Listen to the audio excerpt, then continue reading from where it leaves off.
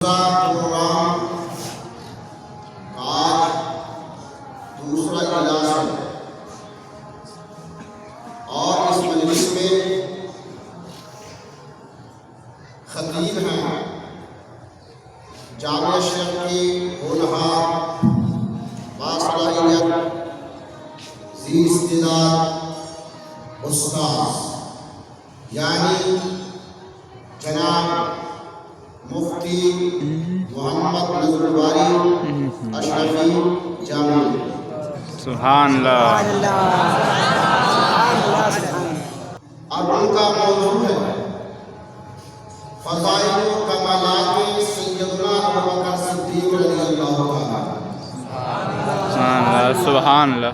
وہ ابوبکر صدیق رضی اللہ تعالیٰ عنہ جو رسول کائنات صلی اللہ علیہ وسلم کا پہلا امین، اسلام میں سب سے پہلا شیخ الاسلام، امت محمدیہ کے سب سے پہلا غوث اعظم اور سب سے پہلا خلیفۃ المسلمین، اور جن کی خصوصیت یہ ہے کہ خود صحابی، باپ صحابی، بیٹا صحابی، پوتا بھی صحابی۔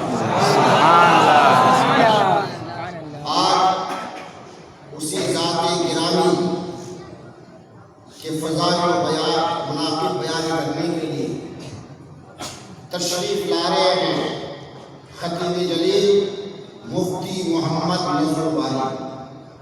اب ان کی زبان گلفشاں سے سیدنا ابوبکر صدیق رضی اللہ تعالیٰ عنہ کی فضائل و کمالات سماعت فرمائیں اور اس سے نصیحتیں اور عبرتیں حاصل کریں۔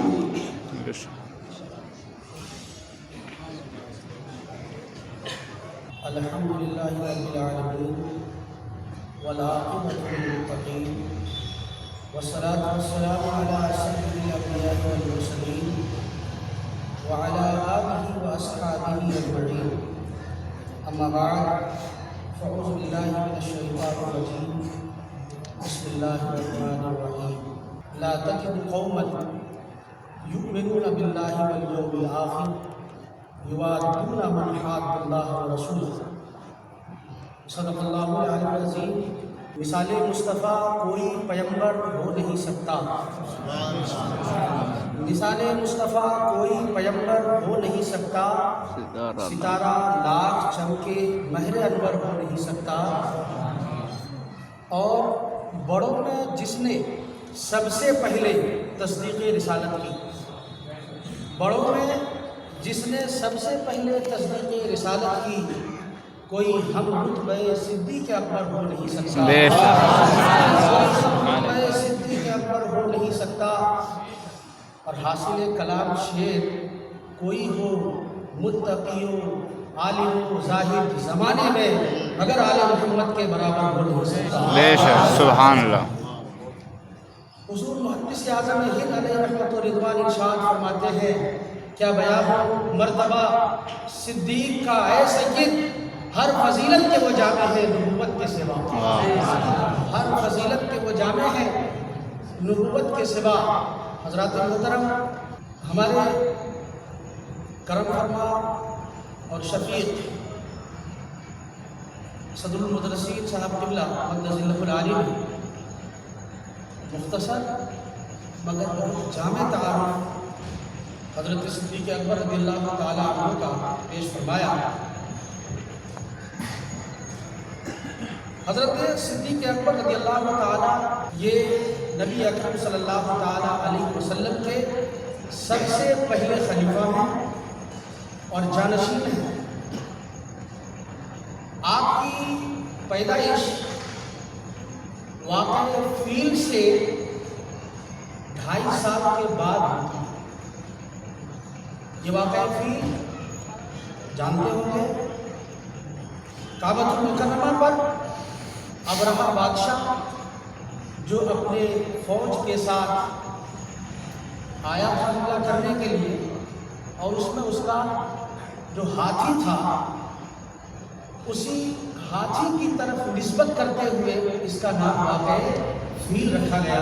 حضرت ابوبکر صدیق یہ آپ کا نام نہیں ہے،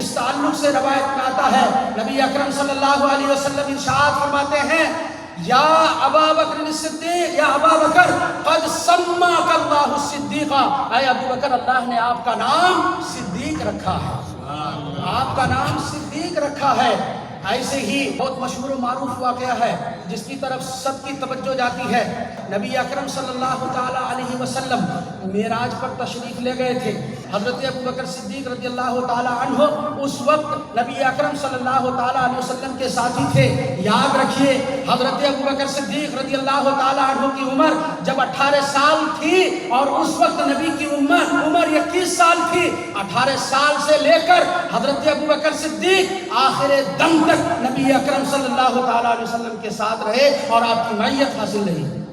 حضرت ابو بکر صدیق اس وقت جب نبی اکرم صلی اللہ علیہ وسلم معراج پر تشریف لے گئے تھے، واپس آئے اور آپ نے خبر دی۔ آپ جانتے ہیں کفاران مکہ کو بڑا موقع آیا، یہ کیسے ممکن ہو سکتا ہے کہ مسجد حرام سے مسجد اقصیٰ تک جائیں اور واپس بھی آ جائیں؟ وہ بھی ایک رات سمجھ رہے تھے۔ وہ کفاران مکہ یہ سمجھ رہے تھے کہ ایک رات میں گئے اور واپس بھی آ گئے، لیکن یہاں معاملہ تو کچھ اور ہے۔ پل میں گئے، پل میں واپس آئے۔ حضرت ابو بکر صدیق رضی اللہ تعالی عنہ سے جب کفاران مکہ نے کہا کہ آپ کا کیا خیال ہے، آپ کا کیا خیال ہے، آپ کا کیا خیال ہے کہ آپ کے ساتھی جن کو آپ ساتھی بنائے ہوئے ہیں وہ یہ کہتے ہیں کہ آج کی شب میں انہیں سیر حاصل ہوئی۔ حضرت ابو بکر صدیق نے فرمایا کیا یہ محمد نے فرمایا ہے؟ کہا ہاں واقعی یہ محمد نے فرمایا ہے۔ حضرت ابو بکر صدیق ارشاد فرماتے ہیں، ایمان تازہ کرنے والا جملہ حضرت ابو بکر صدیق کے زمانے اقدس سے جاری ہوتا ہے۔ وہ فرماتے ہیں ارے یہ تو کیا، اس سے بڑی بات بھی ہو سکتی ہے۔ تو ابو بکر صدیق تصدیق کرنے کے لیے تیار ہیں۔ بے شک سبحان، یہ تو بہت معمولی بات ہے۔ ارے ہم تو نبی اکرم صلی اللہ تعالی علیہ وسلم کے آسمانی خبروں کی بھی تصدیق کرتے ہیں، جو اس سے بھی حیران کن بات ہے۔ تو چونکہ معراج کے واقعہ کی سب سے پہلے جس نے تصدیق کی تھی اس کا نام ابو بکر صدیق ہے، اس لیے نبی اکرم صلی اللہ تعالی علیہ وسلم نے آپ کو صدیق کا خطاب عطا فرمایا۔ سبحان اللہ، بزرگ اور دوستو، یا رسول اللہ، زندہ آباد، اللہ اکبر، یا رسول اللہ۔ حضرت ابو بکر صدیق رضی اللہ تعالیٰ عنہ کا اسلام لانا یہ بھی ایک عجیب و غریب واقعہ ہے۔ مورخین فرماتے ہیں کہ حضرت ابو بکر صدیق کا اسلام لانا ایسے ہی ہے جیسے آسمانی وحی ہو، جیسے آسمانی وحی ہو اسی طرح سے حضرت ابو بکر صدیق کا اسلام لانا بہت مشہور واقعہ۔ آپ شام کی طرف تجارت کی غرض سے گئے، وہاں پر ایک راہب تھا بحیرہ نام کے، اس سے حضرت ابو بکر صدیق نے اپنا ایک خواب کا ذکر کیا۔ بحیرہ نے پوچھا کہاں سے آئے ہو؟ کہا مکہ سے۔ کس خاندان سے تعلق ہے؟ کہا قریش سے۔ کہا کیا کرتے ہو؟ تجارت کرتا ہوں۔ اس راہب نے کہا اللہ تعالیٰ نے وعدہ فرمایا ہے ایک پیغمبر مبعوث کرنے کا، مجھے یقین ہے کہ تمہارے خاندان ہی میں وہ پیغمبر مبعوث ہوں گے اور تم اس پر ایمان لانے والے اور سب سے پہلے جانشین ہوں گے، تم ان پر ایمان لانے والے اور سب سے پہلے جانشین ہو گئے۔ حضرت ابو بکر صدیق نے اس بات کو چھپائے رکھا، اپنے سینے میں محفوظ رکھا۔ جب نبی اکرم صلی اللہ تعالی علیہ وسلم نے اعلان نبوت فرمایا تو اس وقت بلا چو چرا کے سب سے پہلے جس نے اسلام قبول کیا وہ حضرت ابو بکر صدیق۔ بے شک سبحان، اس لیے نبی اکرم صلی اللہ تعالی علیہ وسلم نے ایک موقع پر ارشاد فرمایا کہ میں نے جس کے پاس بھی دعوت اسلام پیش کیا، جسے بھی اسلام کی دعوت دی، سب لوگوں نے تأمل کیا، غور و فکر کیا، اگر کسی نے بغیر سوچے سمجھے میرے اوپر ایمان لایا تو ابو بکر صدیق ہے۔ بے شک سبحان، محترم بزرگ اور دوستو، یہ حضرت ابو بکر صدیق کا مرتبہ اس لیے کہا جاتا ہے کہ اسلام میں سب سے پہلا فرد جس نے ایمان قبول کیا، اسلام قبول کیا، وہ حضرت ابو بکر صدیق رضی اللہ تعالیٰ عنہ کی ذات بابرکات ہے۔ بے شک، کچھ لوگ تاریخوں کے حوالے سے یہ بھی بتاتے ہیں کہ نبی اکرم صلی اللہ تعالیٰ علیہ وسلم پر ایمان لانے والوں میں حضرت خدیجہ الکبریٰ بھی ہیں، حضرت مولا علی بھی ہیں اور آپ کے غلام حضرت زید بھی ہیں، یہ آپ پر ایمان لانے والے سب سے پہلے اولین اشخاص ہیں، لیکن ان روایتوں کو تطبیق دیتے ہوئے امام اعظم فرماتے ہیں کہ بڑوں میں سب سے پہلے جس نے تصدیق کی نام ابو بکر صدیق ہے، عورتوں میں جس نے سب سے پہلے اسلام قبول کیا وہ حضرت خدیجۃ الکبریٰ ہے، بچوں میں جس نے سب سے پہلے اسلام قبول کیا وہ حضرت مولا علی ہیں، اور غلاموں میں جس نے پہلے اسلام کیا وہ زید بن عاصم۔ لیکن ایک روایت اور بھی آتی ہے، نبی اکرم صلی اللہ تعالیٰ علیہ وسلم نے حضرت علی سے بھی حضرت علی کو بھی دعوت اسلام پیش کی۔ جب حضرت علی چھوٹے تھے کہا کہ تم میرے اوپر ایمان لے آؤ، اسلام قبول کرو۔ حضرت علی نے کہا کہ ٹھیک ہے، میں اپنے والد محترم سے پوچھ کر بتاتا ہوں۔ وہ گئے اپنے والد کے پاس، انہوں نے کہا کہ میں تمہیں نہ اسلام قبول کرنے کے لیے کہتا ہوں، نہ اسلام قبول کرنے سے روکتا ہوں، نہ تمہیں اسلام قبول کرنے کا حکم دیتا ہوں، نہ تمہیں منع کرتا ہوں۔ دوسرے دن حضرت علی رضی اللہ تعالیٰ عنہ نبی اکرم صلی اللہ تعالیٰ علیہ وسلم کے دست پر ایمان قبول کر لیا۔ یہاں پر ایک نقطے کی بات میں بتانا چاہتا ہوں، حضرت ابو بکر صدیق کی روایت، حضرت ابو بکر صدیق کے تعلق سے یہ روایت آئی کہ نبی نے اسلام پیش کیا، بغیر چو چرا کے قبول کر لیے۔ حضرت علی رضی اللہ تعالیٰ عنہ نے اسلام قبول کرنے کے لیے اپنے والد کے مشورہ کو ضروری سمجھا۔ نبی اکرم صلی اللہ تعالیٰ علیہ وسلم نے ایک موقع پر ارشاد فرمایا کہ جس وقت میں نے لوگوں کو دعوت دی، تبلیغ کی اور اللہ کا پیغام پہنچایا، تم سب نے جھٹلایا، اگر کسی نے میری تصدیق کی تو حضرت ابو بکر صدیق نے۔ اور نبی نے فرمایا کہ حضرت ابو بکر صدیق کی ذات وہ ذات ہے کہ جنہوں نے اپنے مال سے بھی اور اپنی جان سے بھی میری غمخواری کی ہے۔ ایک موقع پر نبی اکرم صلی اللہ علیہ وسلم ارشاد فرماتے ہیں، دنیا کے جتنے لوگوں نے بھی میرے جانثار صحابہ میں سے جتنے بھی میرے اوپر کچھ احسان کیا ہے تو میں نے سب کے احسان کا بدلہ چکا دیا ہے، سب کے احسان کا بدلہ چکا دیا ہے، لیکن حضرت ابو بکر صدیق رضی اللہ تعالیٰ عنہ یہ وہ ہیں جن کا احسان کا بدلہ میں نہیں چکا سکتا، رب کائنات کل میدان محشر میرے بدلہ عطا فرمائے۔ بے شک، سبحان اللہ۔ مسلمانوں، حضرت ابو بکر صدیق کا مقام و مرتبہ کیا ہے؟ حضرت عمر فاروق اور حضرت ابو بکر صدیق رضی اللہ تعالیٰ عنہ میں مقابلہ ہوتا تھا۔ کس بات میں؟ کون نیکیوں میں سبقت لے جاتا ہے، کون زیادہ نیکی کرنے میں سبقت لے جاتا ہے۔ بہت کئی واقعہ ہیں اس کے تعلق سے۔ جنگ تبوک کے موقع پر نبی اکرم صلی اللہ تعالیٰ علیہ وسلم کو ضرورت پیش آئی، چونکہ اس وقت عسر کا زمانہ تھا، تنگی کا زمانہ تھا، مال و دولت صحابہ کے پاس موجود نہیں تھے، لشکر کے لیے ضروری سامان مہیا نہیں تھے۔ حضرت نبی اکرم صلی اللہ علیہ وسلم نے اعلان فرمایا، جنگ تبوک کے لیے آپ لوگ چندہ دیجئے۔ حضرت عمر رضی اللہ تعالیٰ عنہ اٹھے، حضرت ابو بکر صدیق بھی اٹھے، اور حضرت عمر نے دل میں یہ ارادہ کیا کہ آج موقع ہے ابو بکر صدیق سے سبقت لے جاؤں گا۔ حضرت عمر گئے، گھر کا جتنا مال و دولت تھی سب میں سے آپ نے 2 حصے کیے، آدھا حصہ گھر میں رکھ دیا اور آدھا حصہ نبی کی بارگاہ میں پیش کر دیا۔ پوچھا نبی نے، عمر گھر میں کیا رکھ کے آئے ہو؟ حضرت عمر نے کہا کہ گھر میں آدھا مال رکھ کے آیا ہوں اور آپ کے پاس آدھا مال لے کے آیا ہوں۔ اتنے میں حضرت ابو بکر صدیق بھی آ گئے۔ حضرت ابو بکر صدیق نے اپنا مال نبی کے قدموں میں نچھاور کر دیا۔ نبی نے پوچھا، صدیق گھر میں کیا رکھ کے آئے ہو؟ حضرت ابو بکر صدیق ارشاد فرماتے ہیں، یا رسول اللہ، گھر میں جتنا مال تھا سب آپ کے قدموں میں نچھاور کر دیا، اگر گھر میں کچھ رکھ کر آیا ہوں تو اللہ اس کے رسول کو رکھا۔ حضرت عمر فاروق نے جب یہ جواب سنا تو اپنے دل میں کہنے لگے، میں ابو بکر صدیق سے کبھی بھی سبقت نہیں لے جا سکتا، لے جا سکتا۔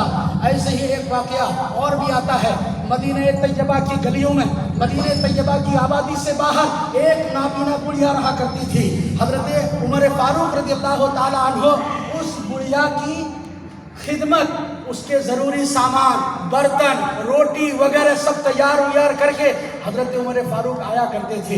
حضرت ابوبکر صدیق کو اس کی خبر لگی کہ ایک بڑھیا آبادی کے باہر ہے جس کو یہ ضرورتیں ہیں. حضرت ابوبکر صدیق رضی اللہ تعالیٰ عنہ خود جانے لگے اور سارا کام کاج کر کے واپس مدینہ طیبہ تشریف لاتے تھے. حضرت عمر فاروق اپنے معمول کے مطابق اس بڑھیا کے پاس پہنچے, دیکھا سارا کام کیا ہوا ہے. حضرت عمر فاروق رضی اللہ تعالیٰ عنہ کو تعجب ہوا, حیرانی ہوئی کہ کون ہے جو ہم سے پہلے آ کر اس کا سارا کام کر گیا ہے. اس کے بعد پھر دوسرے دن حضرت عمر فاروق رضی اللہ تعالیٰ عنہ معمول سے تھوڑا پہلے وہ پہنچ گئے, دیکھیں تو کون ہے. لیکن جب پہلے پہنچے تب بھی دیکھا کہ کوئی ان کا سارا کام کر کے واپس جا چکا ہے. حضرت عمر فاروق کو اور حیرانی بڑھ گئی, یہ کون ہے؟ ہم آگے بڑھتے جا رہے ہیں, یہ اس سے بھی آگے بڑھتے چلے جا رہے ہیں. آخر میں تیسرے دن حضرت عمر فاروق رضی اللہ تعالیٰ عنہ بہت پہلے پہنچ جاتے ہیں اور ایک جگہ چھپ کر دیکھنے لگتے ہیں, دیکھوں تو کون ہے, دیکھوں تو وہ کون ہے جو اس بڑھیا کی مدد کر رہا ہے. حضرت عمر فاروق چھپ گئے. تھوڑی دیر بعد حضرت ابوبکر صدیق رضی اللہ تعالیٰ عنہ وہاں پہنچتے ہیں. بڑھیا کا سارا کام کر دیا, برتن مانج دیا, روٹی پکا دی, کھلایا, پھر واپس آئے. حضرت عمر نے دیکھ لیا کہ ابوبکر صدیق ہیں. پیارے محترم بزرگوں اور دوستو, اس وقت بھی حضرت عمر فاروق رضی اللہ تعالیٰ عنہ نے ارشاد فرمایا کہ یہ وہ شخص ہے کہ جو اپنے خلافت کے علاوہ, یعنی جب نبی اکرم صلی اللہ تعالیٰ علیہ وسلم کے حیات میں وہ زندہ تھے اس وقت بھی ہم سے سبقت لے گئے, اب تو خلیفہ ہیں اس وقت بھی ہم سے سبقت لے جا رہے ہیں. یہ حضرت ابوبکر صدیق رضی اللہ تعالیٰ عنہ کی ذات بابرکات ہے جن کے احسانات سے کوئی بھی سبکدوش نہیں ہو سکتا. ارے خود نبی نے جب فرما دیا کہ اس کے احسان کا بدلہ میں نہیں دے سکتا, رب کائنات عطا فرمائے گا, تو آج کا کوئی بھی بندہ اسلام کا ماننے والا تصور تک نہیں کر سکتا ہے کہ ہم حضرت ابوبکر صدیق کے احسان سے سبکدوش ہو چکے ہیں. درود پاک پڑھیے, اللہم صلی علی سیدنا مولانا محمد بارک وسلم صلی علیہ وسلم علیکہ یا رسول اللہ صلی اللہ السلام علیکہ یا حبیب اللہ. ابھی ہمارے صدر صاحب نے فرمایا یہ ایک ایسا شخص ہے جن کا باپ بھی صحابی, خود بھی صحابی, بیٹا بھی صحابی, پوتا بھی صحابی, اور ایک چیز کا اور اضافہ کر دوں, نواسا بھی صحابی, نواسا بھی صحابی. یہ نواسا کون ہے؟ حضرت ابوبکر صدیق کے جو صحابی بنے. ارے صحابی ہی نہیں, وہ تو جلیل القدر صحابی ہیں. حضرت عبداللہ ابن زبیر رضی اللہ تعالیٰ عنہ جو حضرت ابوبکر صدیق رضی اللہ تعالیٰ عنہ کے نواسا ہیں اور نبی اکرم صلی اللہ علیہ وسلم کے بھتیجا ہیں. پیارے محترم بزرگ اور دوستو, یہ وہ شخصیت ہے. ایسے ہی تاریخ اسلام کا مطالعہ کریں گے تو بنی اسرائیل میں حضرت یعقوب علیہ السلام کے تعلق سے آتا ہے کہ وہ خود نبی, بیٹا بھی نبی, پوتا بھی نبی, الغرض کہ اس میں 4 پشتوں تک نبوت آئی. اگر میں کہوں کہ حضرت ابوبکر صدیق رضی اللہ تعالیٰ عنہ کو صحابیت کے اعتبار سے اگر جو شرف ملا ہے تو وہ شرف کسی بھی گھر میں موجود نہیں, کسی بھی گھر میں, اسلام کے کسی بھی گھر میں یہ شرف موجود نہیں ہے جو شرف حضرت ابوبکر صدیق رضی اللہ تعالیٰ عنہ کو ملا.